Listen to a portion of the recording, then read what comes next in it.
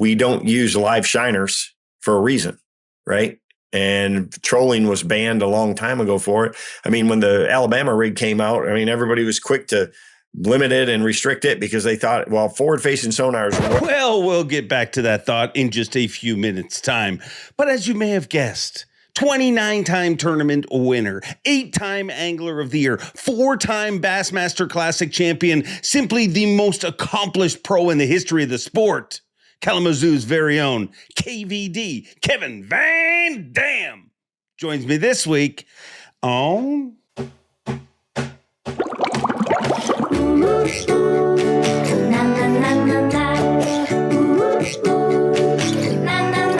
I'm Bob Cobb from the Bassmaster. Welcome to Mercer. Welcome all friends, family, freeloaders, fishing freaks, and of course, you, my humpers. Happy hump day to all of you, and welcome into the Awkwardly Honest Fishing Podcast that goes by my last name, which is Mercer. This is the 242nd edition of the Mercer Podcast, and I thank you for taking a little time out of your week to tune in, and I hope wherever you're watching or listening from that life is treating you well. We got a spectacular show here this week. And speaking of which, did you like the snazzy little tease I put at the beginning? Yeah, it might have took us 5 years, but we're slowly but surely getting more professional here. And Kevin talks about some stuff in this episode. We'll get to that in a minute because I got a few things to talk about. First of all, you met him just a few weeks ago on this very podcast. Fisher Anaya. He won the EQ Angler of the Year title. He's 20 years old. And if there was anything that going into 2026 that he was probably frustrated about, he's like, I'm fishing the elites. I'm the reigning EQ Angler of the Year, but darn, I don't get to go to the Bassmaster Classic. Well, he can't say that anymore because this past weekend, he punched his ticket to the Bassmaster Classic, winning the weekend series Bassmaster Classic Fish-Off. And he's the final qualifier for the 2026 Bassmaster Classic. So congratulations, Fisher Anaya. Clearly that kid seems pretty good.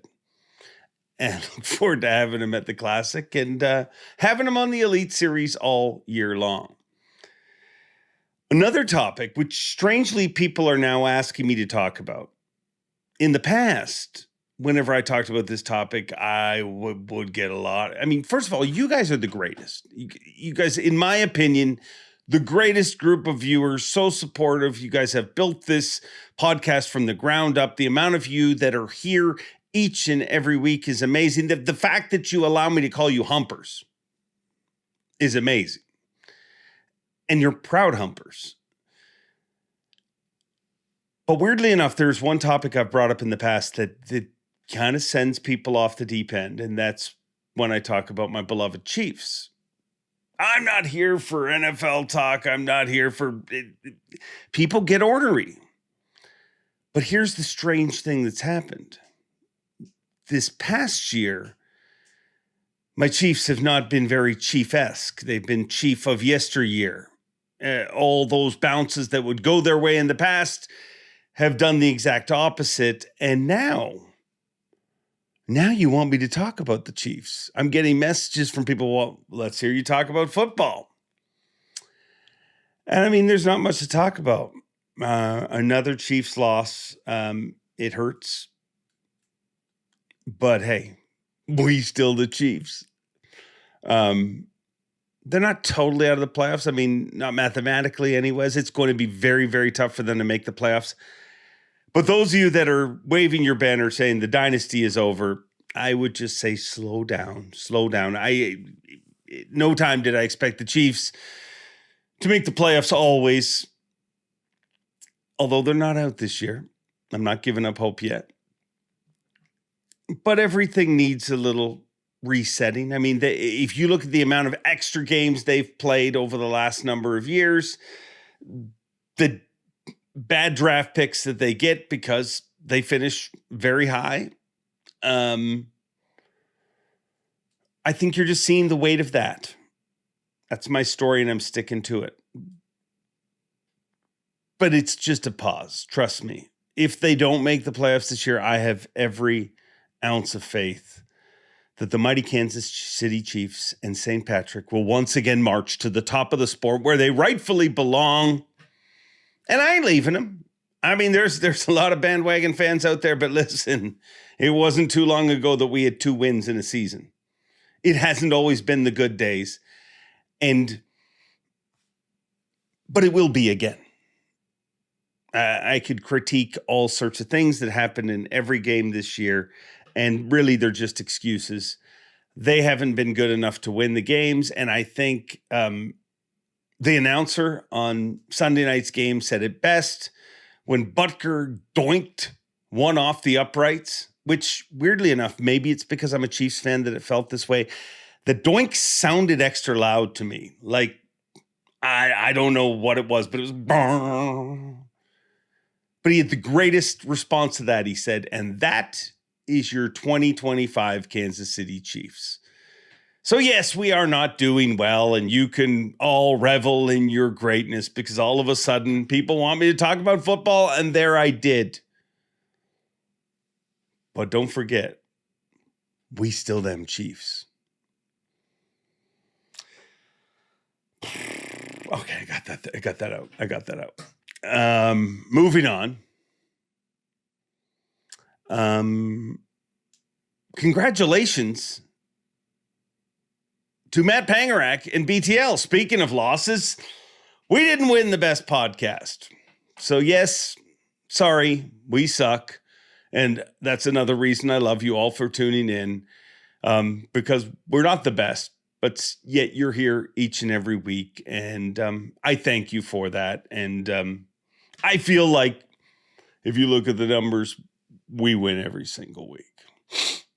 At least that's how I feel. And clearly the competition was fixed, but congrats to Panger and BTL. His whole crew over there does a great job, has a great podcast. And it's literally the longest running fishing podcast there is. So if we got to lose to somebody, that's fine. That's fine. I can accept that. A guy who has not accepted a lot of losses in his life is our guest this week. Truly the greatest competitive angler in the history of the sport. One of my best friends and a guy that I love catching up with. Of course, Kevin VanDam. And if there's any little caveat of negative about a KVD show, it's that it's hard to get KVD to, I mean, he's freaking Tom Brady. He gives you a press conference. If I could just record some of our personal conversations, it would be incredible. But when you get him on a podcast, he kind of gets in Brady mode and gives you Brady answers.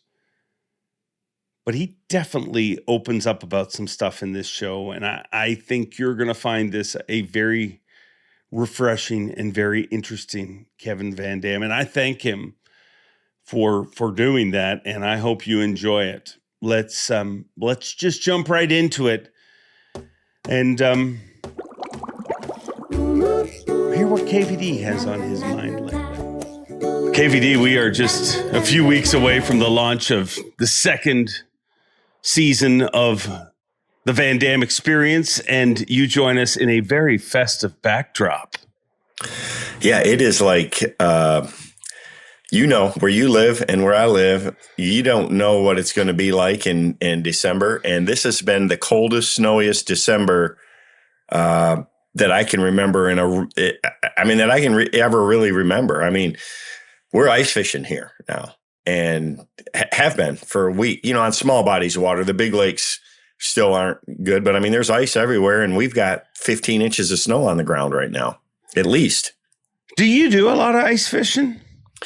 I generally don't get a chance to, over the years when I was on tour, you're doing sports shows, you're traveling, we used to kick off in January, like Okeechobee or Toho or stuff like that. So I didn't get a chance to. Last year, the boys and I got to go a pretty good bit because we got early ice again. And then it's the same thing now with the filming the shows. We started in February. the year before, I waited till February, and it's like I was chomping at the bit to get down there because, you want to get back onto soft water again once you've been on the ice for a little while. But this year, I know I'm not going to get wound up. Mother Nature just is so tough. Filming television shows is almost.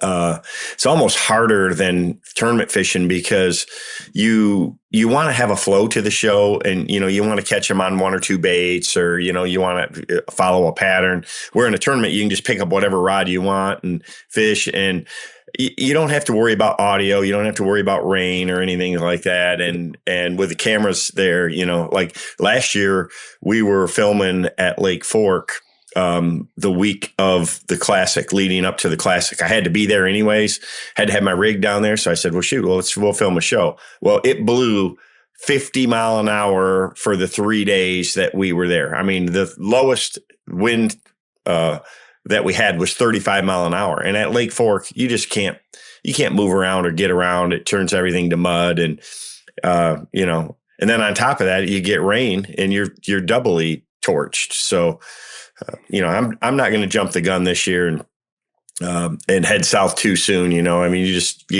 you got to pick your windows carefully. It's just volatile weather. I feel like when you talked about retirement, I feel like, you're like, dude, you're one of the most intense tournament anglers in the history of the sport. You built your whole career on speed and just being efficient. And I felt like, well, when he gets into a TV show, he'll be a lot more chill. But I don't feel like that transition really happened effectively, Kevin. No, definitely not. You learn a lot for sure. The first season went really well, and then we're done with season 2. I mean, they're all shot, and I've scrambled all over the South. I mean, we went from Louisiana to Texas to Alabama to South Carolina to North Carolina. And I've got some really good shows. I did a great show with Casey Ashley at Lake Hartwell, where he won the Classic, the only one that I didn't get to compete in while I was on tour ever. And so that was cool. And then went around the corner and filmed with Davey at his home lake at Lake Murray. And I went to Gunnersville, which was just one of my favorite places ever, and filmed down there in a pre-spawn, and again, Louisiana, Texas, and all that. And I come back to Michigan after that big run of filming all those places and, fishing so good in the South and all that. And I mean, I literally in my backyard filmed a show where we caught 200 in a day and had like 60 that were between 3 and 6 pounds, I mean, in a day, 10 minutes from my house. And I'm like, yeah, maybe that Southern fishing is a little overrated.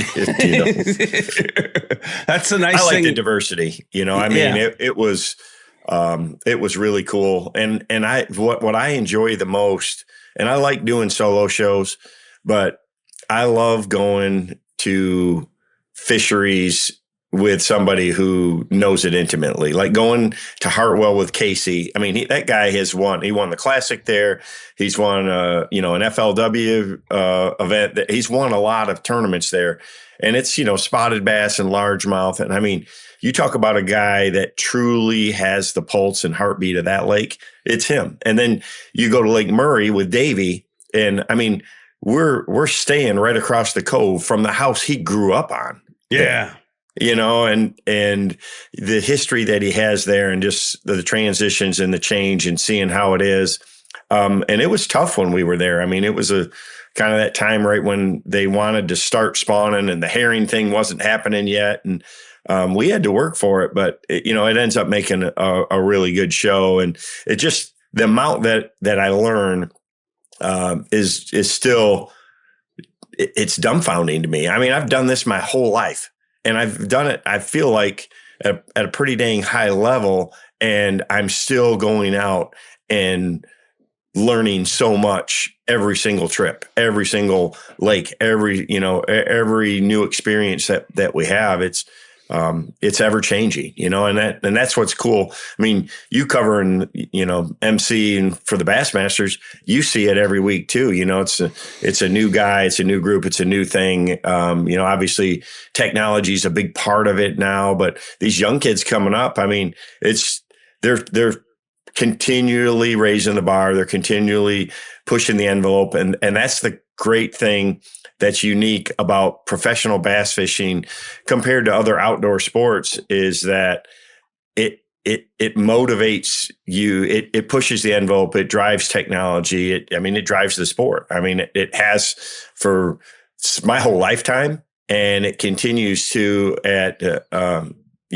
really high level. And I think this year you're going to see a pretty good shift because of the forward facing sonar rule changes across all the leagues, but especially, I'm really interested to see the Elite Series this year with the, it's not quite 50-50, but basically 50-50 split on, where you can use it, where you can't. And then based on that schedule too, because a few years ago, when we all talked about this, we said, well, you can schedule the tournaments and make forward facing sonar not an option. Well, we learned that you can't. And it's going to be really neat to see the strategies involved this season.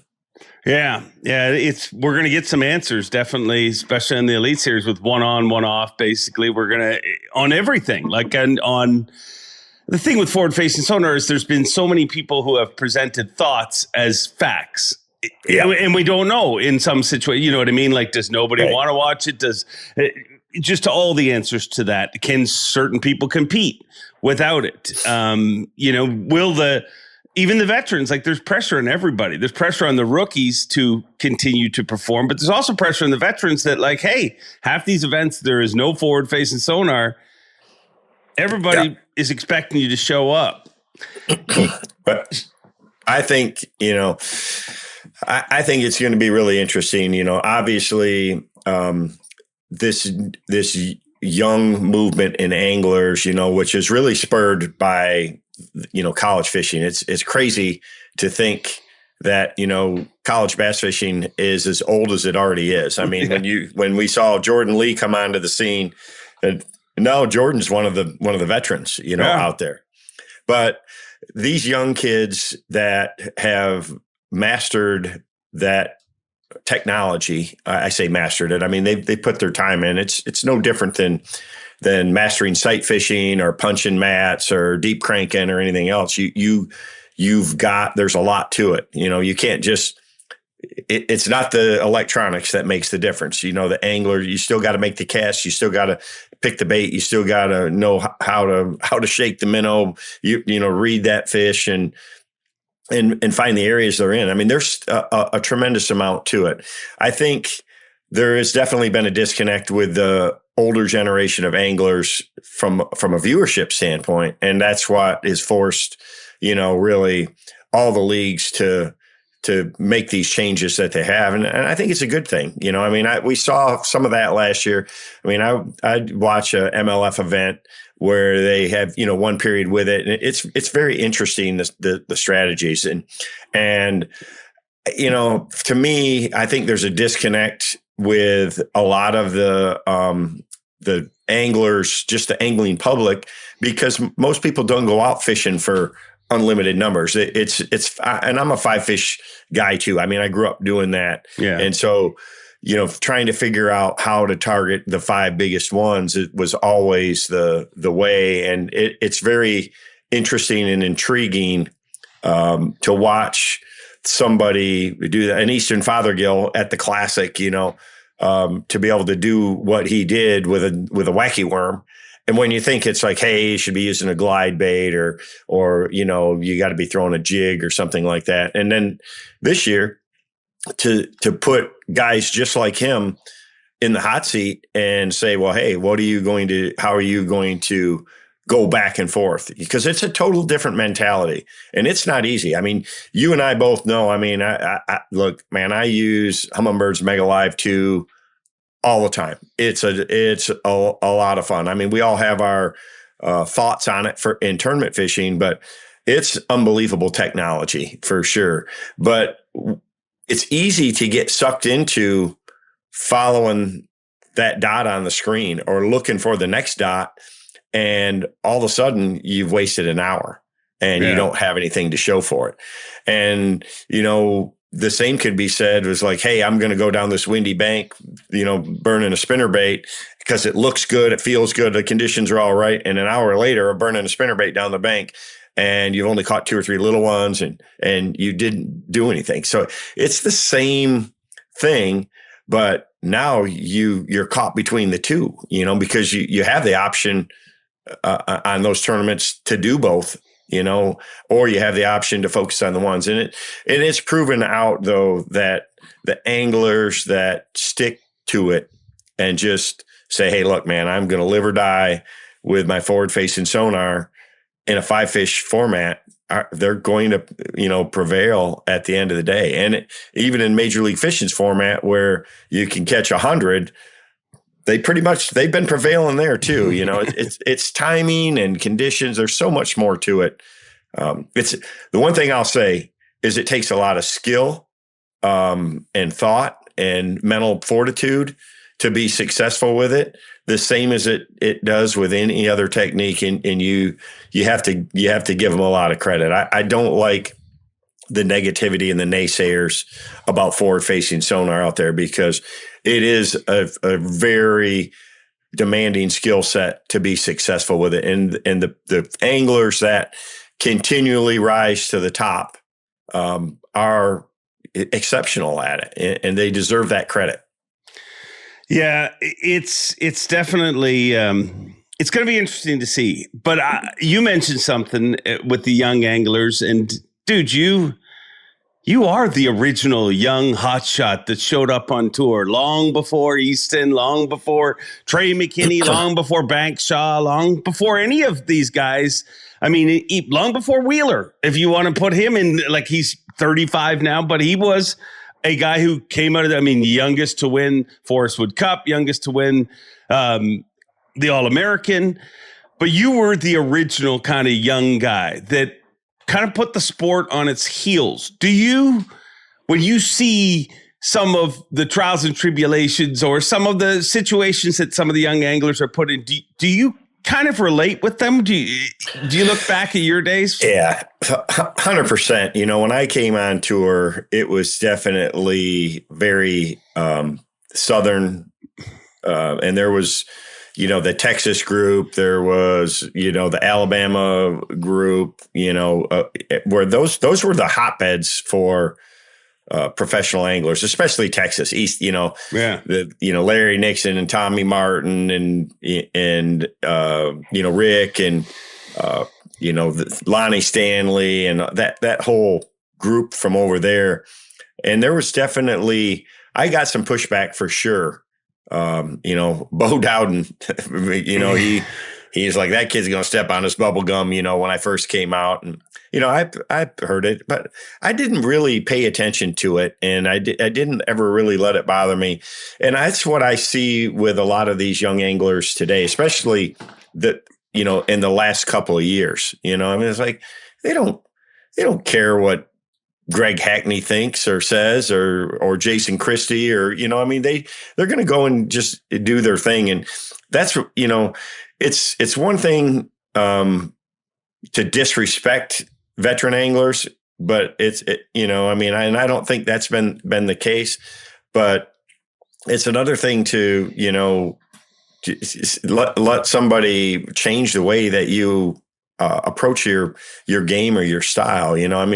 It's very funny how there's always two sides to that story, right? There's one group that thinks one way and there's another group that thinks the other way. And, but at the end of the day, what I see and the really good up and coming young anglers and myself, when I started, was an extreme level of confidence, almost to the point where a lot of people would view it from the outside as arrogance, because that's what people said about me. And I never thought I was or anything like that. I was that confident, and I just believed that, I just knew in my own mind that I'm going to go catch them. I mean, I loved it when I showed up to Bull Shoals and the lake was 7 feet high in the spring and there was water in the bushes to be able to throw a spinnerbait around, I mean, or Gunnersville and the same kind of grass as the lakes that I grew up here in Michigan, or the first time I went to the Potomac River and saw all that milfoil, I'm like, oh my gosh, this is just like home. I mean, I had confidence and that's what you see today. And you just go do your own thing. And that's when you see people go into places that they shouldn't necessarily be expected to win at and go win because they're doing what feels comfortable for them, what they've known and learned. And they're doing it where nobody else thought it would work out that way, using a different bait or a different technique, and going there and dominating a place that nobody ever dreamed you'd fish that way. That's how you win tournaments, is do exactly the opposite of what the locals do. And it's more prevalent now because forward-facing sonars opened up a whole new section of the lake, so to speak. I mean, there's nowhere that you can go and be untapped. And there's no doubt. I mean, the beginning of the season, it's the most susceptible time right now is winter time. I mean, you look at what's going on at Lake Gunnersville or East Texas, at Toledo or Rayburn right now. I mean, it's 100% forward facing sonar. Fish are out on schools of shad, and it's a great time of the year. It's a good thing all the tournaments aren't right now, and we're going to see that at the beginning of the year, but you're going to see great diversity as the season goes on. For you to remember things like what Bo Dowden said or different people. I don't forget nothing. How much did that motivate you back then? I heard about it kind of secondhand, very much so, and it's no different than Matt LaFleur remembering back to Ben Johnson saying, yeah, it's fun to beat Matt LaFleur twice a year. Yeah. He didn't say to beat the Bears. He said to beat the Packers. He said to beat Matt LaFleur. And I'll guarantee you that whole locker room and all that was on their toes. They're like, hey, we got you, coach, and that's why you don't, look, there's no place in this sport where trash talking isn't going to come back and haunt you. I mean, there's some guys that like to do it. People said that they're like, Kevin was, he's really intimidating or whatever like that. And like Crete and I had some great rivalries and that, but he's a great friend. But I mean, I'm not like going out there and trying to get in his head or anything like that. Aaron Martins and I had a great friendship, and Aaron would, he'd love to, I think in his mind, he wanted to trash talk you a little bit to help him build his own confidence going into an event or going into the final day. So, it's all in good fun, but I mean, I never ever once, was vindictive in the way that I would talk to somebody and there's plenty of people that said it about me, behind the scenes and that. And the more you win, the more people want to see you lose. And that's true. I mean, you look at Brady and the Patriots, you look at the Chiefs and Patrick Mahomes, you look at Aaron Rodgers, in the NFL, you look at Jimmy Johnson, won 7 NASCAR championships, the nicest guy on the planet, man. And people hate him because he just wins too much. The same thing, Kyle Larson now. So, I mean, it doesn't matter what sport it is. If you win a lot, you're going to draw a bunch of haters. I mean, look at the Cowboys. I mean, they're not even good and everybody hates them.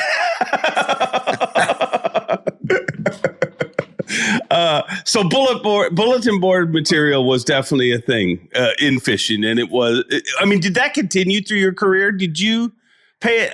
I mean, I think it's natural I think it's weird in this sport where everybody downplays it and everybody's like, oh, if it's my time, it's my time. And it's just different. But I know personally through different things in life, when somebody says you can't do something, that is the best motivation in most situations.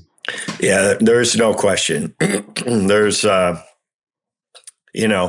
it ate at me earlier in my career. I think, Tim Tucker I'd show up every year to the Classic press conference, and I think I think I fished. Maybe it was my 11th or 12th one till 11th when I won my first one. Yeah. It's like I'd hear it every year. It's like, oh man, maybe one of the best anglers to never win the Classic. And I'm like, oh my God. So, we obviously it's the Classic. You're going to put your best effort, forward towards trying to win it. And, I had a couple opportunities and came close, but you do got to have things kind of line up, but because you can't just against that group, you can't just go out there and say, well, hey, I'm going to win the Classic and pull it off.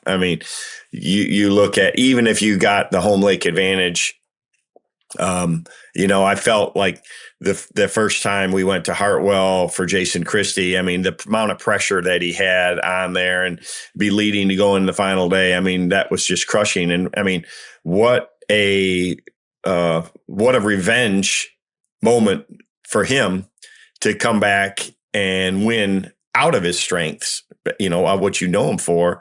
They're, on that same body of water, or going into Grand Lake and saying, hey, this, where you're expected to win. It's hard, but it is, trust me, I'll guarantee you, the level of motivation is pegged, right? You can't do anything more for somebody like that. Super competitive people, you don't have to add fuel to the fire to get them up for that moment. And it's probably not a good idea to do that either. You don't want to poke the bear. I don't see anything positive coming out of that if you're competing against somebody, Today's high-tech fishing world can be a real pain in the neck, especially if you're running the wrong mount. Beat Down Outdoors, they bring the graph to you. And they support this podcast and care enough about you to make this a short ad read. Check out Beat Down Outdoors. Now back to the show. I think that line that you dropped, it's funny. I never thought about it till now, but it's probably a compliment to everybody other than the person you're saying it about. That line about the best, and you hear that all the time in every sport. He is the most accomplished, the best, not to win the big one, not to win. And when you think about it, like, I know you heard that at the time and probably thought, but everybody else is like, well, it's a pretty freaking good compliment. But it just, do you think to achieve the things that you were able to achieve in your career, to do anything at a high level, do you think you have to be wired a little different? I would tell you 100,000% it is. It's a mental attitude. It's a state of mind. And I've watched, and look, you follow sports emphatically across a lot of different platforms. And there's other similar sports that, it's one thing when it's a team, an NFL game, there's a lot of other players, and it comes down, the NFL is so close across all the teams now that it's a couple of plays. But when you're in an individual sport, you like bass fishing, where you make all the decisions, the choices, and the things that it's different, right?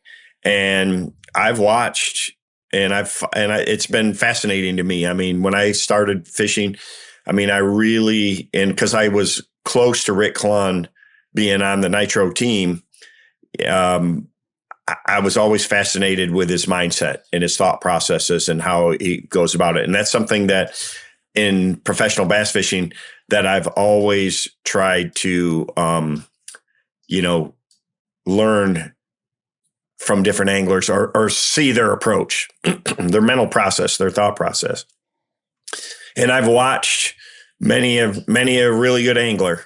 And it's, for me, or I think it's pretty easy for me to see when you see somebody has a mental collapse, and, it's a lot of pressure going into the final day. The hardest event in the world to win is a 4-day Elite Series event where you got to catch them all 4 days, and it's close competition every single day. And going into that last day with a small lead and changing conditions out on the water, I mean, a lot of thoughts can creep into your head, a lot of uncertainty, and it's easy to maybe make a bad decision or to make a wrong move that you could have thought differently out of. I mean, it's hard because in the beginning part of my career, you never know, you don't know what the rest of the field was doing. That's the one thing that was really different in Major League Fishing, and is different, is that the score all the time. And all of a sudden, if you're down by 10 or 12 pounds or whatever, it's like it forces you to make changes and to make moves. And a lot of times on an Elite Series event, you're having a bad, a slow final day, and you're thinking that, hey, man, I got to do something different. And chances are, in a lot of those cases, everybody else is having a tough day too. I mean, a really good example of that was the Cayuga event. I think it was 2017 or that I won. It's 2016 or 17, something like that. And Jordan Lee dominated it from the beginning. And I say dominated. I mean, I was close, but going into the final day, he had a few pound lead, which was tough to make up there. And I mean, I went out there and just fishing, and I was just having a tough day. I mean, caught a couple decent ones, and I just kept grinding, just kept, just saying, hey, man, I'm probably not going to win, but I don't want to finish 10th. I want to, get the best finish that I can out of this. So I'm going to just keep grinding and keep calling for ounces where I can, just to get the best weight that I can. And I think I caught 16 pounds or something that day. And I think I had the biggest bag of the day out of everybody in the top 10. Just that wind change, and it just really shut down for everybody. And you see that a lot on the final day of an elite event.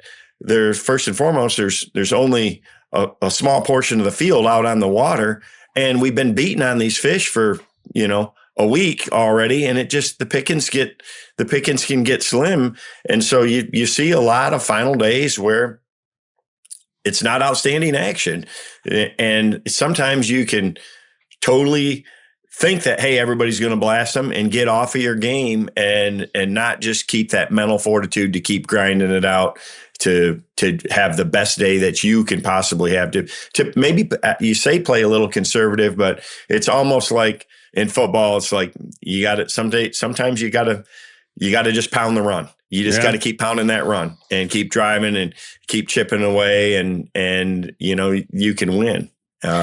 It's not very often that you see somebody come back with a monster 32-pound sack and come from 10 pounds back. I mean, if you get beat by that, man, you got beat. Did you? I mean, watching you compete, and I think in life, you're a very positive person, a very confident person in anything you do. I mean, I make the joke that I've been on vacation with you, and you've told me I'm building a fire wrong, because in your head there's one way, and I'm like, well, Kevin, the fire's been built, it's burning, but you're like, no, you got to have. And that's one of your greatest assets, I think. But did you ever honestly think you weren't going to catch them? Does that creep into your mind at all? No. I mean, there's a few times where you just know you're just lambasted by the conditions. I mean, my final event on the Bass Pro Tour at Saginaw Bay, I was leading the tournament going in, and going into it with a pretty decent lead, really. And it's a 5-fish format, that season. So, it's a lot for Matt Becker to be able to overcome. But when I got out there and the wind had flipped, 180 degrees and was blowing 25 into where I was fishing, and I knew it was smoked, and I knew it was, and that, I was going to have to change it up. And I did. I mean, I changed up and caught a solid bag. You know, I think I had 16 or 17 pounds, but Matt Becker had that exceptional day and caught he caught a giant bag and overtook the deficit that we had and ended up winning the tournament. So, I mean, I knew because I could hear the score tracker. I was just like, man, there's no way with these conditions where I'm at that I'm going to find I kept trying, kept doing everything that I could, but I just in my own mind, I knew that it was like a deficit that I wouldn't be able to overcome that day. And in this sport, you're going to lose a lot more than you're ever going to win. Yeah. And, it's just important that in those situations to learn from it. Don't make the same mistake twice. Don't make those same choices again. I mean, in a lot of cases, and I've heard this in a lot of other sports, it's like you've got to, you hear this about championships. You see it in the Super Bowls and NBA and baseball, everything. You got to lose one to learn how to win one. And that's very true. Early in my career, I learned a lot from Denny Brower on what it takes, the mentality that it takes to win. I mean, I was cashing checks. I had the record for the most consecutive, in the money finishes and was doing well and consistent, but I didn't win a lot, and it's because you have to consciously make those choices when you're in 7th or 10th going into the final day to give yourself a shot, and can't be afraid to come in and be last or 10th or 12th. And obviously, you got to be thinking about angler of the year points. You want to qualify for the classic and all those things. But if you want to win, it's a different mentality going in, to that final day. The biggest thing that I always try to do is be in contention. All I ever asked for was have a shot going into the final day of any tournament, especially a big tournament like the Classic. That's all you want to do is be in contention at least. Yeah, you want to be in the lead. People say, well, yeah, I don't know. I want to be leading. Well, yeah, I want to be leading every damn time, always. You take every advantage you can get. But just knowing that you have a chance, and say if you're 7 pounds back or whatever, man, you got to, people, and I hear this all the time. Oh, I'm going to go out and swing for the fence today. I'm back a little bit. You can see they're mentally beat already in their eyes. I can see it.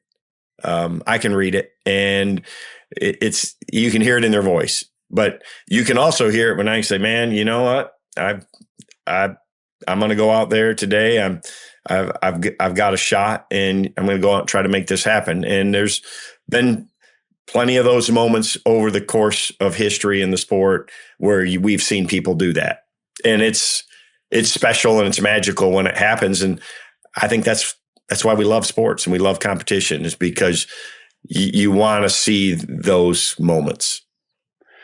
Well, you definitely throughout your career put together a bit of a blueprint to victory. And won more events than anybody in the history of the sport.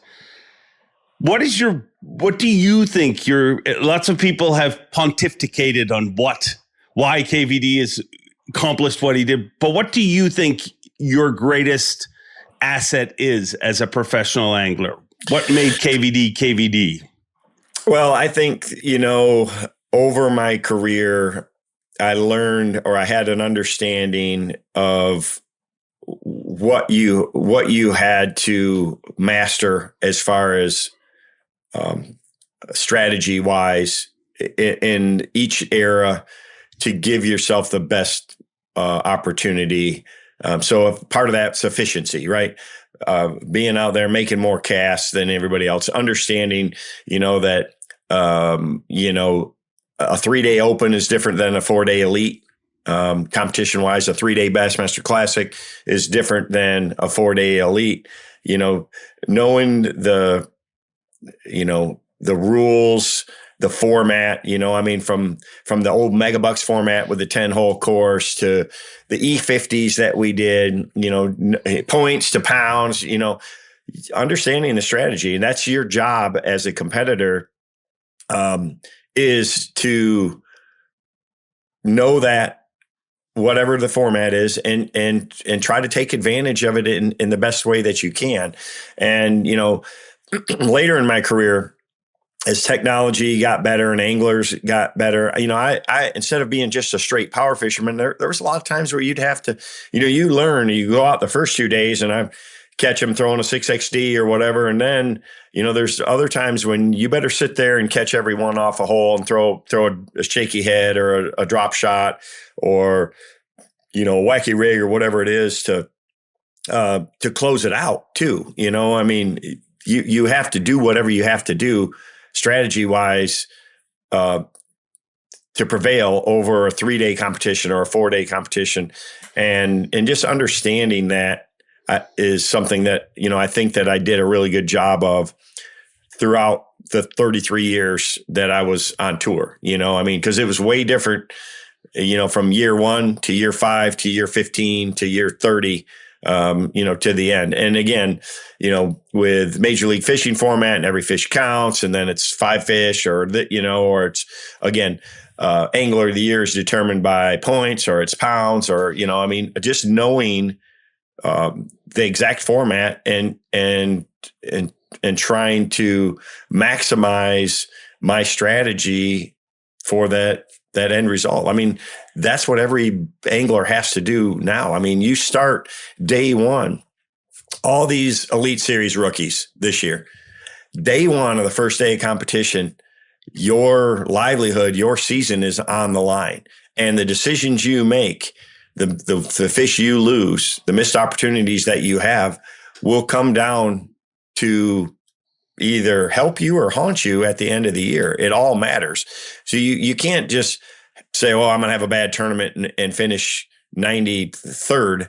Man, if you can, have a little bit of a comeback and finish 85th, gosh, that could be huge at the end of the year. It always is every season. So, that's the thing that I think that I did really well for a lot of years was really minimize my bad performances. And, when you have an opportunity to win, you want to take that shot. But the biggest thing is do everything you can to stay away from, a 75th or an 85th or a 90th, and end up with, your worst finish of the year. If it's 61st, you're going to be in a better spot to requalify for the following year or to make the classic or to even have a shot at Angler of the Year. You look at what it takes now historically over the, and it's always been that way.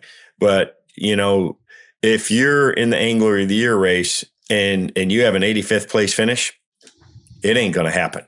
If your worst finish is a 61st and, you've got all these other top 10s, you can make that happen, but inevitably, and I've seen it my whole career, you're going to see somebody who the schedule lines up for, and they get in that hot zone and they just get on a roll. And I've watched Davey Height do it. I've done it a bunch of times. I've watched Aaron Martin do it. I've seen David Fritz do it. You see, I've seen Brent Chapman do it. You see somebody that historically isn't a perennial Angler of the Year contender get on a roll and roll a season out and put one in the bag.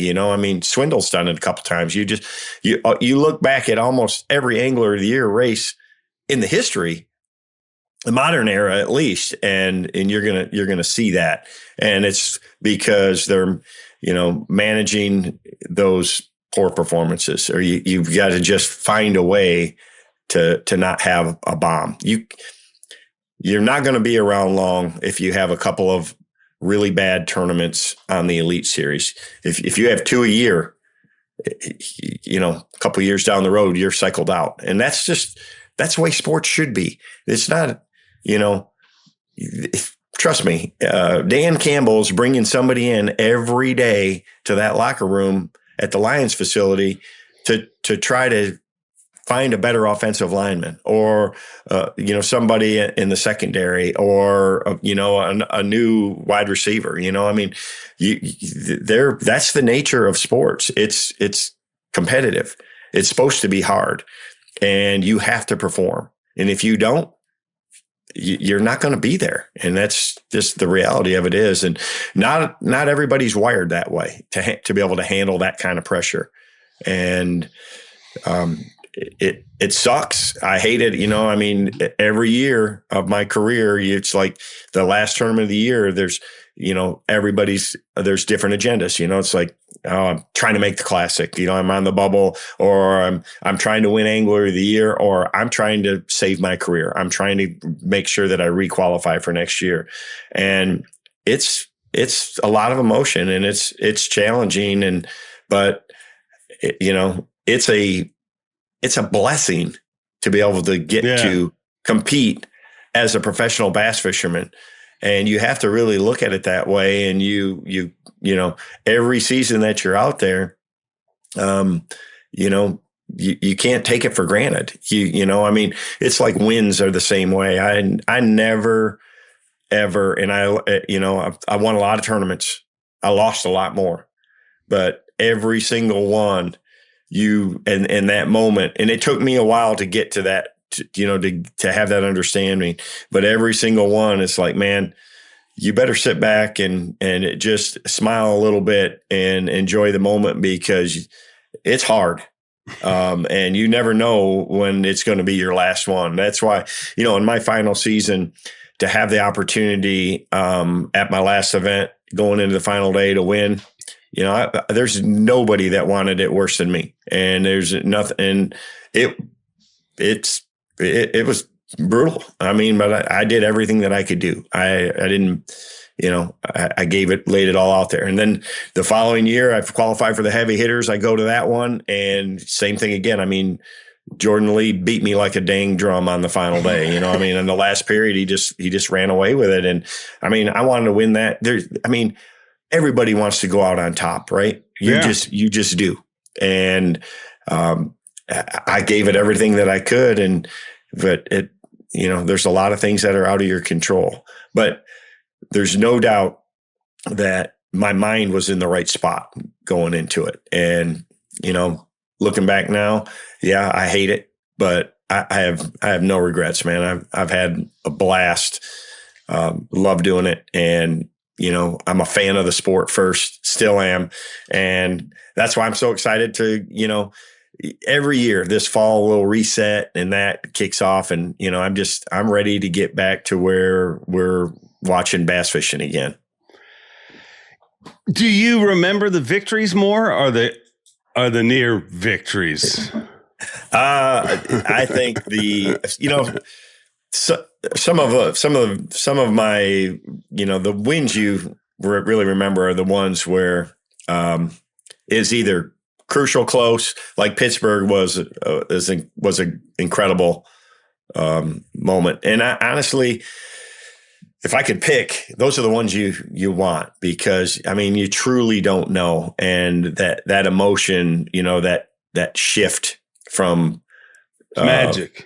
Yeah, it is. It's really special. But winning by 10 pounds or, 2 it's pretty dang. A beat down is, every competitor is going to tell you, that. But yeah, I look back at a lot of those close finishes, or even I've had some where you finish 17th or 18th or whatever. I didn't even, there's a few that I didn't even make the cut, but like right at the end of the day, you figure it out and you get a couple of key bites and you make a run, and then you fall just short of making the top 10, and you don't get the opportunity where you're like, dang, yeah, I'd have won that sucker. I mean, I had one at Okeechobee a few years back that Tim Horton won. That's exactly what happened to me. And I mean, like, they were coming into this area and Biggins there. And I'm like, I knew that if I had one more day, it'd been pretty dang special.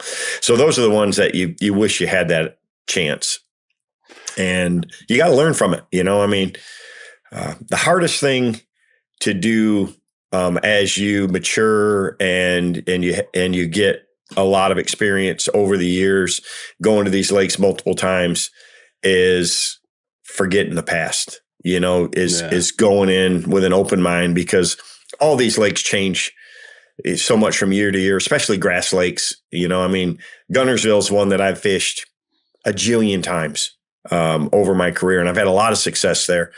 And, a couple of years ago, we fished a Bass Pro Tour there, and it was, the end of May, and I know, what goes on. It's ledge fishing, and there's so much pressure, and there's so many people there and all that. And I've tried to make it work something else. And the tournament was dominated doing exactly what I love to do, and that's ledge fishing.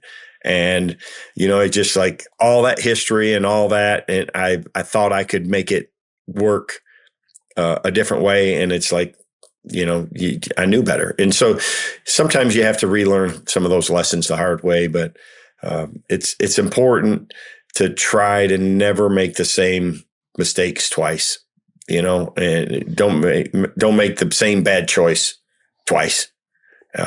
Because if it was a bad choice the first time, pretty good chance there's going to be a bad choice the next time. Avco not only makes incredible outdoor clothing, but they care about anglers with their 10% pledge. Avco and the Shed family donate at least 10% of the company's profits to conservation and making fishing better. Now back to the show. Your confidence. You showed up on tour with that. Like, did you ever have to fake that, or did it always just exist in you?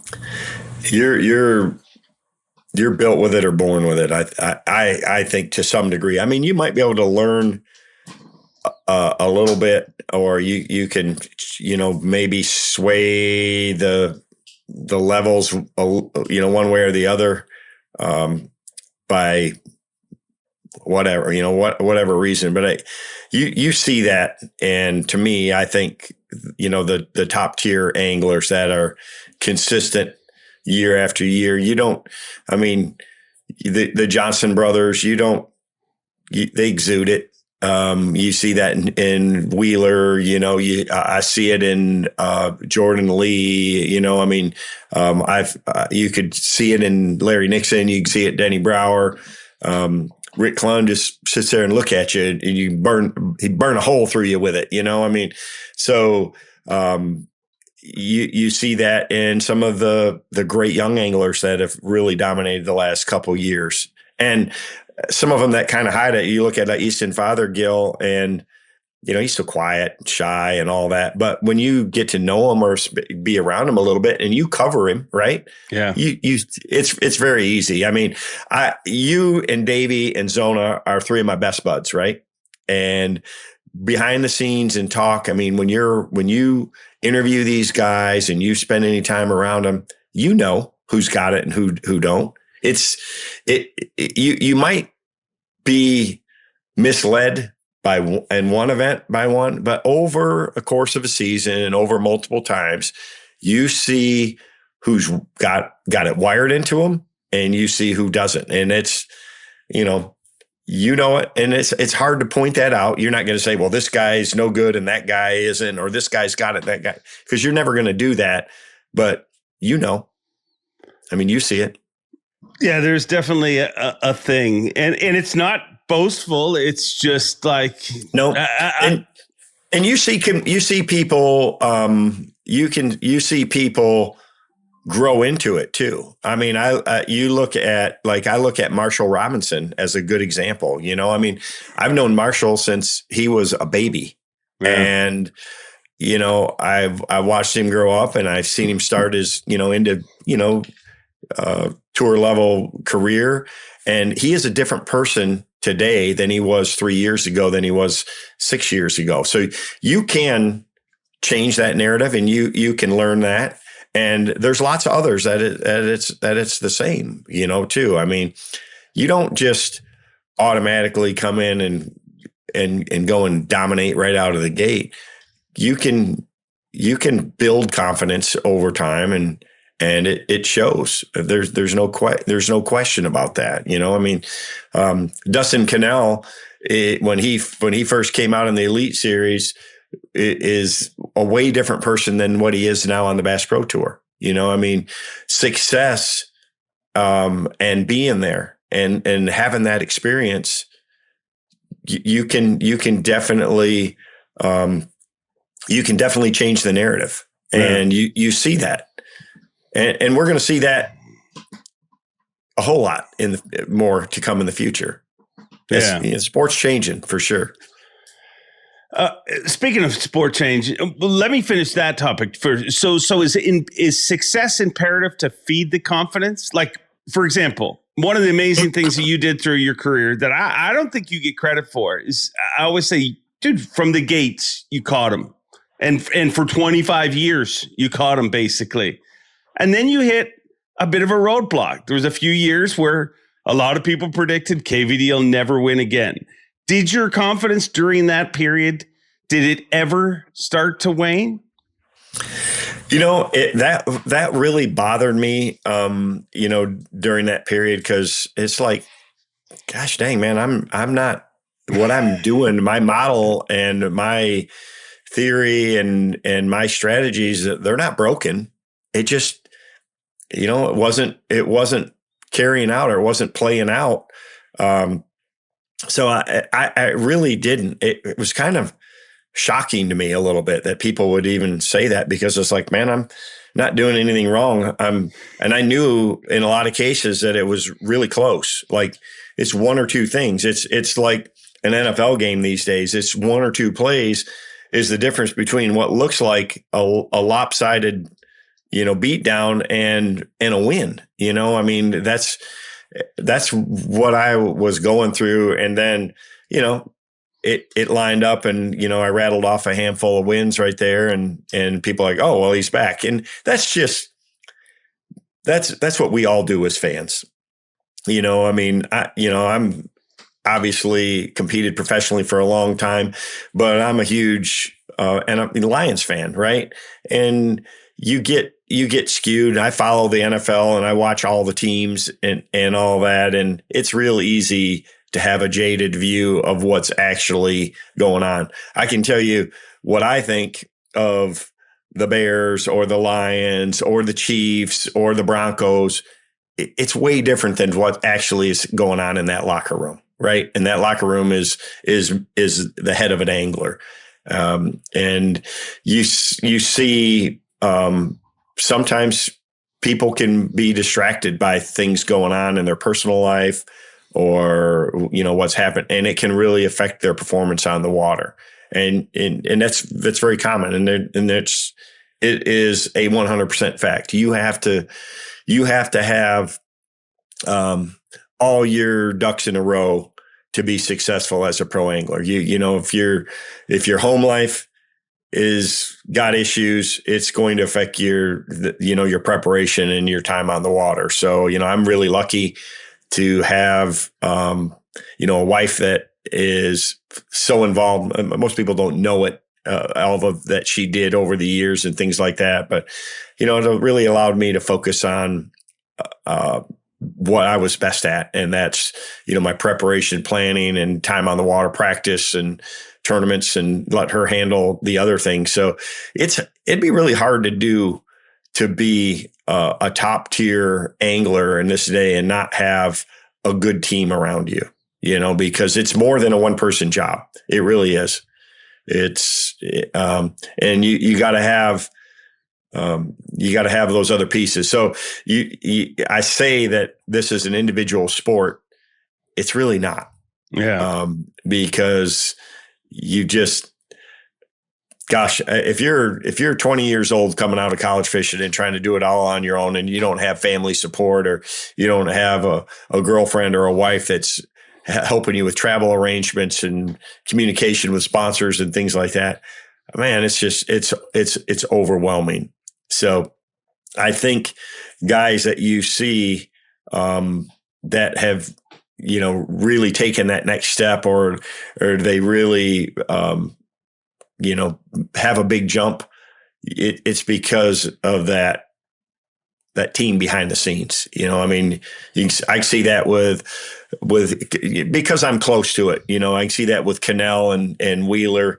for sure. You can see it with a lot of people. You look at a Drew Gill even, or I know the Johnson brothers pretty well too.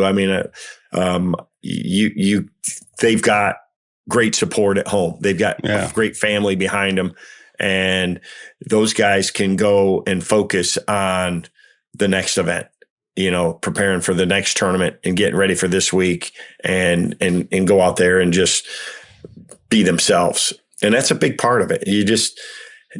And that's something that fans really don't get a great look into. Some guys are pretty good about showing their life, on social media and things like that. And that's how you learn to pull for somebody, is you kind of, learn their story. And that's the one good thing that social media has done. What do you think the future of this sport is? I've been really concerned over the last few years, for sure. I don't like the turmoil. Forward-facing sonars is added that to it. A lot of the cheating scandals, and the way that the off limits and just all of that questionable background, stuff. I don't like to see any of that. I saw when that came out, when the guys were stuffing weights in the walleyes, what it did to the perception of all competitive tournament fishing. What a black eye that was, and what a step backwards it was. But I honestly today am more optimistic than I have been in several years. We've seen some rule changes. We've got a lot of smart people looking at formats and things like that. And at the end of the day, whether you like forward-facing sonar or not, or you like the no information rule or not, or the 30-day practice period, or 5 fish or 100 fish, or whatever it is, it really doesn't matter if we don't have a fan base. You have to have people watching for this sport to go forward and be successful. We've got to have fans. And so whatever we need to do, the changes that we need to make to ensure that because it is entertainment, right? It's no different than the NFL. They're the envy of the world in sports, ratings wise and all that. That's what we all wish, bass fishing could be is better. Every sport's striving for more viewers. And so, I think initially, many years ago, when Major League Fishing first came out with this new format, and you show up and you just go out there and every fish counts, and you got a view into everybody's boat and their mindset and things like that. It really was a breath of fresh air. And when Bassmaster Live started, that was another huge boost for the sport. We saw into the world of a professional angler that we never saw. I was amazed. I was on the set at the Classic that first year when it happened, and I'm like, wow, this is going to be world changing. And now, we're live streaming everything to maybe to a fault where there's too much out there, So I think that in the next several years, we're because we can track things better. We can track the streaming, and you can see it, and a fan's voice is more valuable now and is heard more now than ever before on what they like and dislike. That we're going to have to change and adapt to give the viewing public what, and it's not just what's the 58-year-old Kevin VanDam, who's been a fan of the sport for 50 years, wants. We've got to appeal to the 16-year-old high school aspiring bass club fishermen, all the way up to those 80-year-olds that grew up watching Jimmy and Roland and Bill. I mean, you want everybody. You want everybody involved. You want everybody interested and engaged. And when you have that, when you have multiple generations and groups from all those classes all watching what you're doing, that's when you've got the right mix. And so that's what I think we're all trying to figure out right now. And I think this is going to be another year with a step in the right direction, where we're going to see, I'm intrigued to see how this season's going to go on the Elite Series, with half of them forward facing and half of them not. I'm really intrigued to see the lineup that the NPFL has this year out there and the lakes they're going. And I'm also really intrigued to see the Bass Pro Tour. I mean, they're smaller fields, and it's harder to get into. I mean, sport's supposed to be tough. Yeah. And everybody's doing different things, but I would like to see the unity, some more unity. And look, don't go out there and just get on social media or Facebook and blast people when you're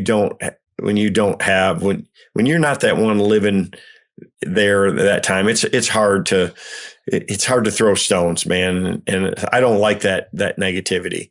I mean, I have my thoughts and all that, but I try to not go out there and be public about it, because emotions will get you in trouble. And what I see from the beginning to the end, I mean, what I thought 2 years ago compared to what I think now is totally different. And that's the nature of sports and fans, is we get emotional about it. And you just got to kind of keep your emotions in check and allow things to try to play out. And I mean, and give it a chance. Give it a chance before you make an opinion. But at the end of the day, we all have that choice to either watch or not watch, or pay attention and not pay attention. And I'm gonna follow along closely and have an honest opinion, because first and foremost, I've always been a fan, and I've always been on the angler side, because I'm an angler. But I also understand the business side of it, and what to be able to live stream, every event all day long, and what goes into putting on the Bassmaster Classic, and that they've got to pay for it. I mean, it's not free. And the only way we can do that is viewership and ratings. So we've got to all work to make sure that we've got the product that fans want to see.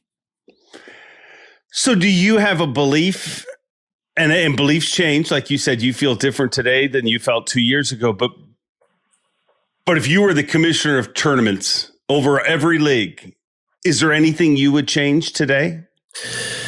Yeah, I think in the beginning, because the technology with forward-facing sonar, it really outpaced the rules and our understanding. I think the powers to really understand just how powerful of a tool it is.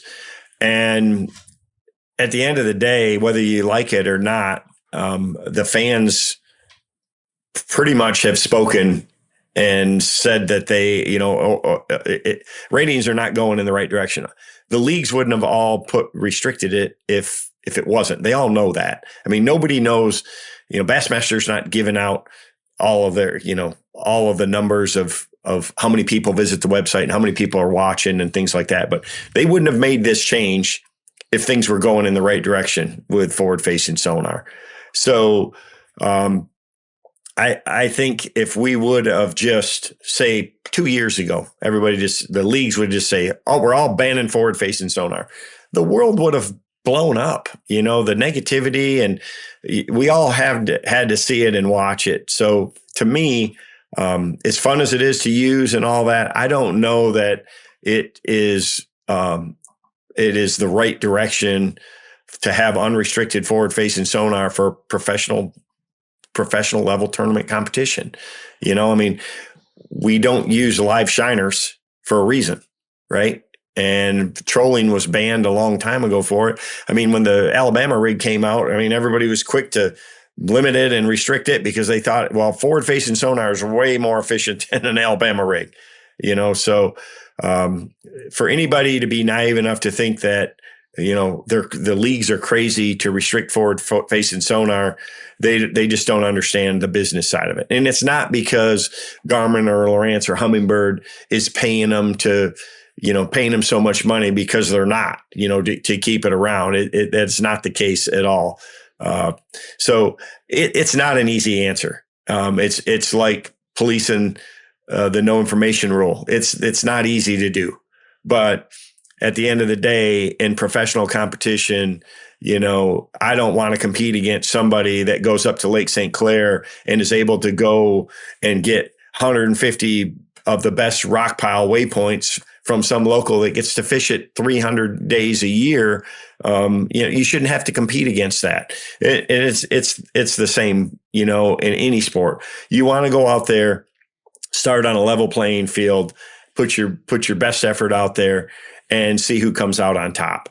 And so it's hard for the leagues to create a level playing field with the technology, because not every brand is the same. And the only way to truly do that is to put everybody in the exact same boat with the exact same trolling motor, with the exact same thing, with the exact same tackle box, with the exact same lures, with the exact same rods. And nobody wants to see that either. So we just got to allow them to do the best job that they can to create a platform that gives you the opportunity at the best chance for a level playing field, so that everybody has an even shot in that competition. That's what we all want. That's all I ever wanted as an angler going in. I've been part of all the trends. I mean, back in the day, we all used, and it was super cool. You go to the Bassmaster Classic and there's, 43 Rangers, all identically rigged, going down the highway to the lake with the exact same electronics and trolling motor. And we could use one tackle box that we could pick and go there. But I mean, I was a huge advocate to push to be able to use our own boats in the Classic. And that was a monumental day for the anglers and our individual sponsorships to get that change happen. Well, I mean, just look at the evolution since then of all the things that have happened, and where we're trying to have the best of both worlds, have the best competition, but also continue to have a great platform and a level playing field to start out with, to have great competition on the water. That's what we want to see at the end of the day, right? As fans, is we want to see great competition. As an angler, it's fun to go out there and beat the field by 20 pounds.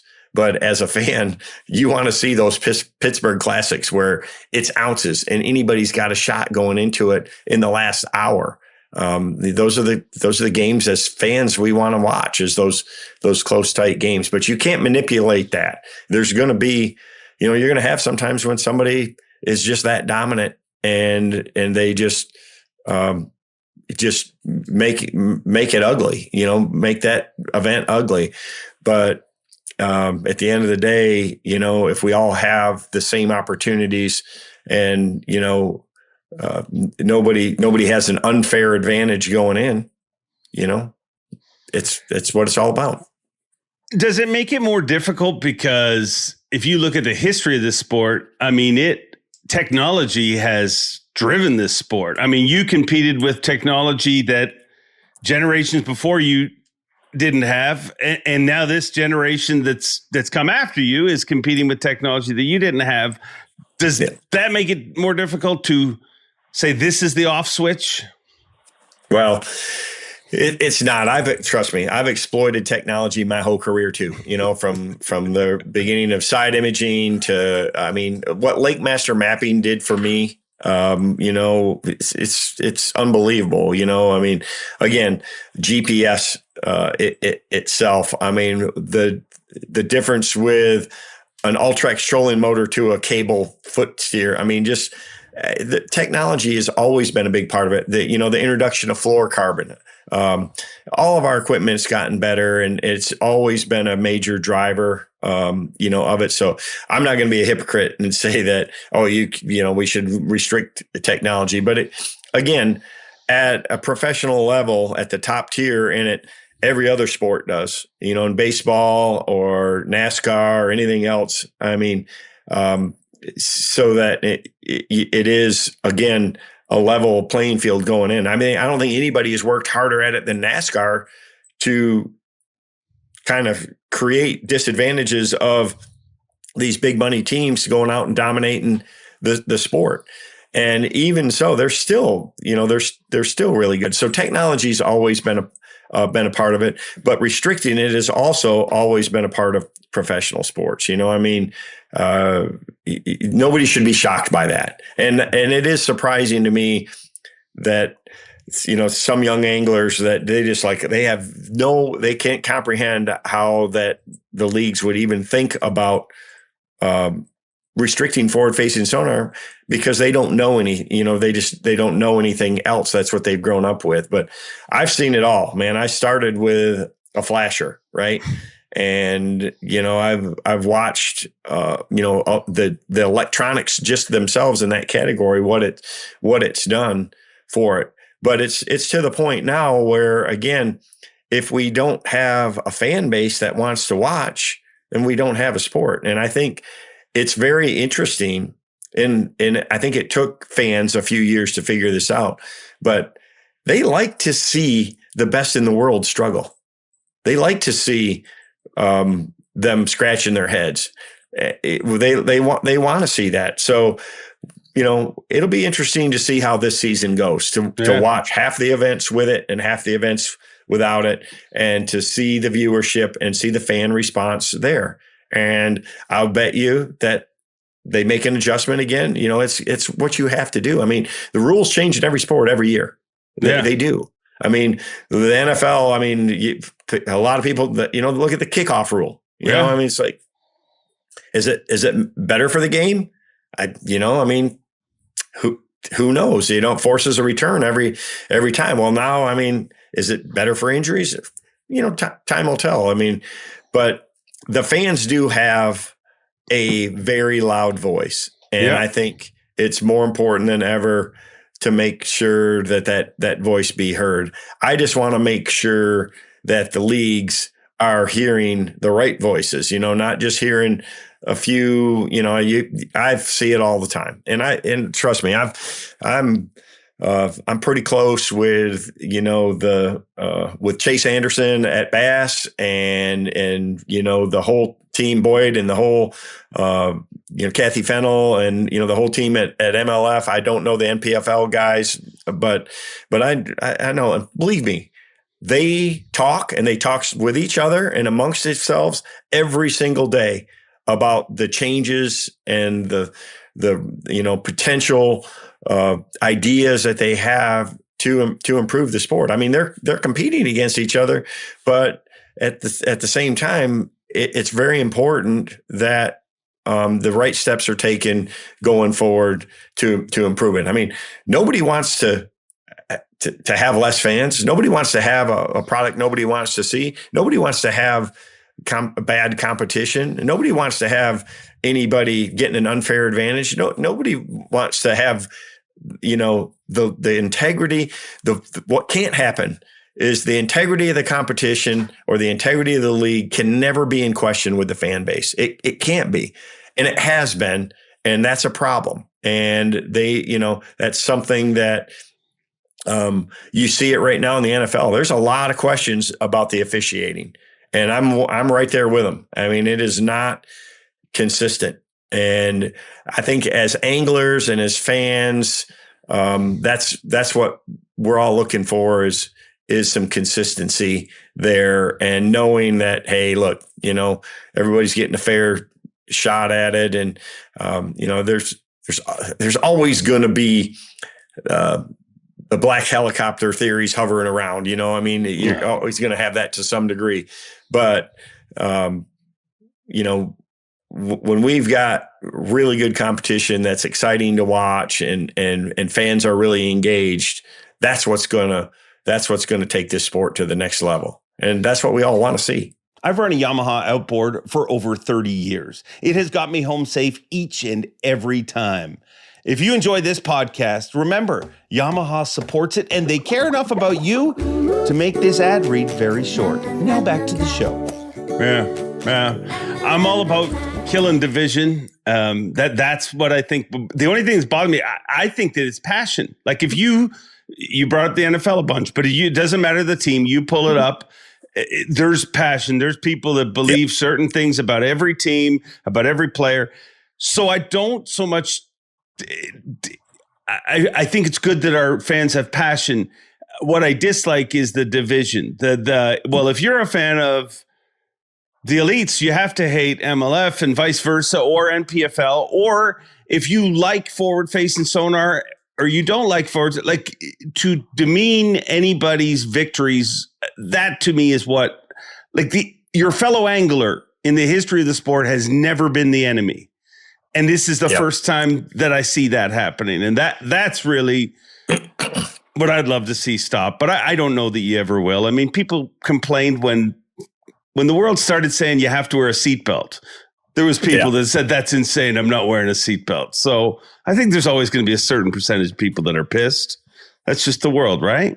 It is. But, I mean, we want to minimize that. I'm with you. I'm like, look, I'm as passionate as anybody out there, and I definitely have my opinions in that. And you just have to sit back and take the emotion out of it, rest a little bit, and make a decision based. And that's what I'll promise you what, the team at MLF and the team at Bass is doing is they're sitting back, looking at as much as they can and making the best decisions that they can at the time with the information that they have on how they need or how they want to proceed in the sport. I mean, the rules that they want, the size of the field, the way they cover the live stream, all of that. And, they have that same passion and they want it to be, I know this, I know them all.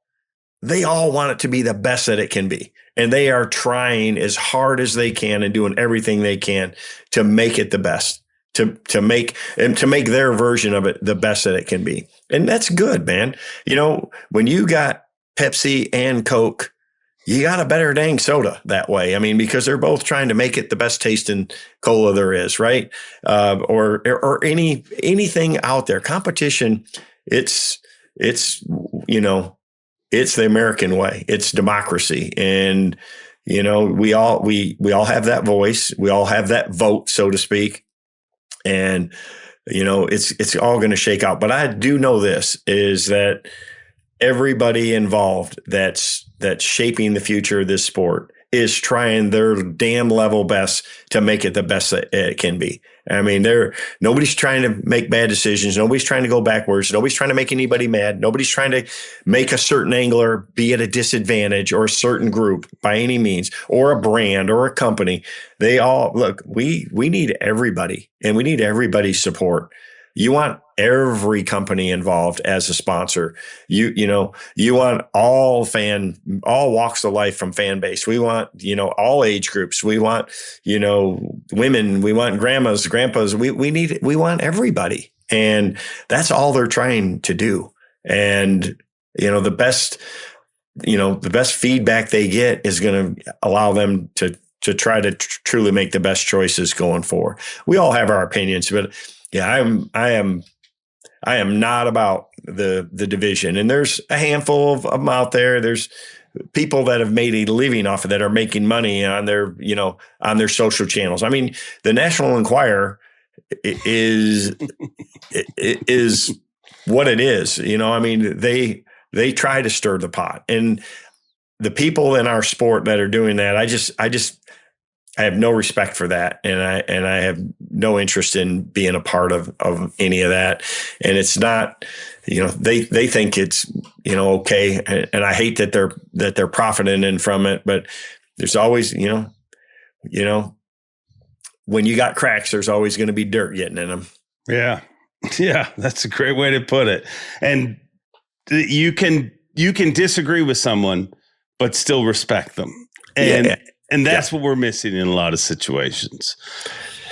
Yeah. But, I'm not perfect by any means. And I've said things and I've done things that, you regret, but that's human nature. And again, and that's that passion and that emotion coming out. But, like I said, I think we're in a pretty good spot, and there's nobody trying to make it worse. Yeah. Nobody that has the power to trying to make it worse.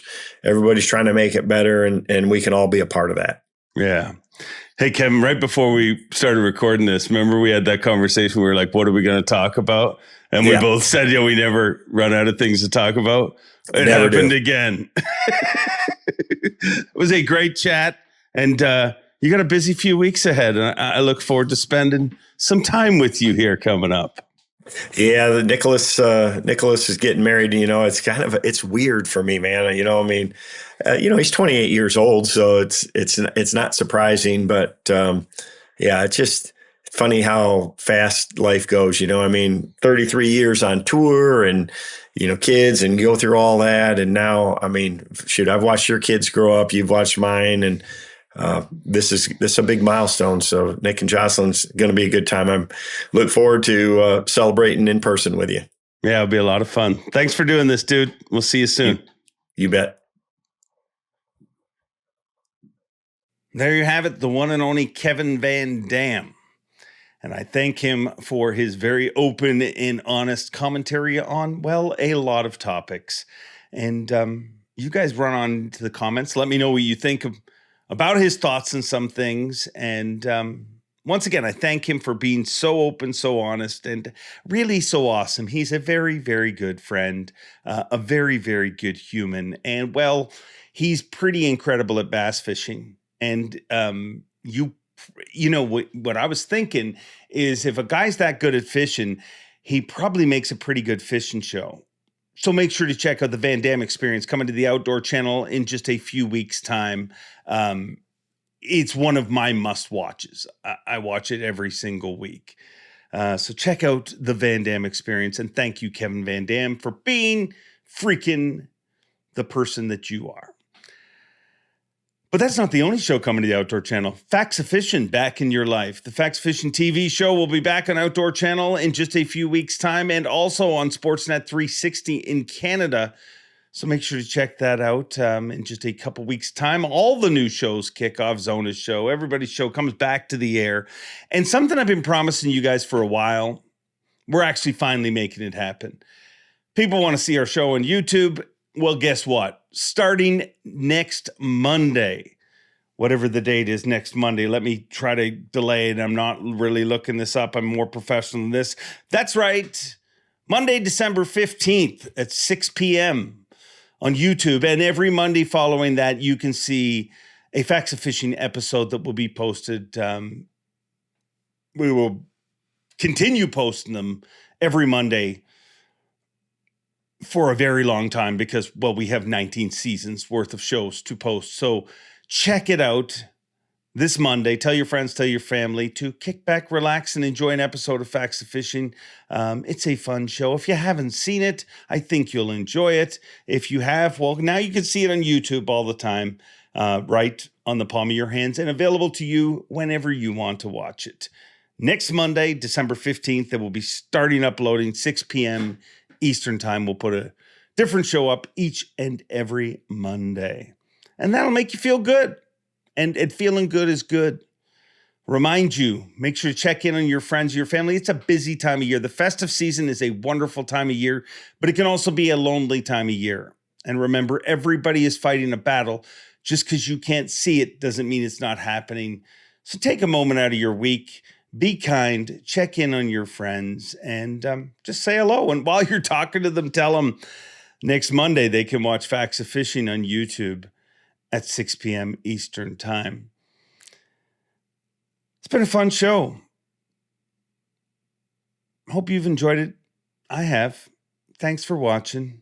As always, enjoy being And until next time, hey, Bob Cobb, why don't you take it away? Thanks for watching. Please like, comment, and subscribe because Bob Cobb of the Bassmasters told you to. You hear?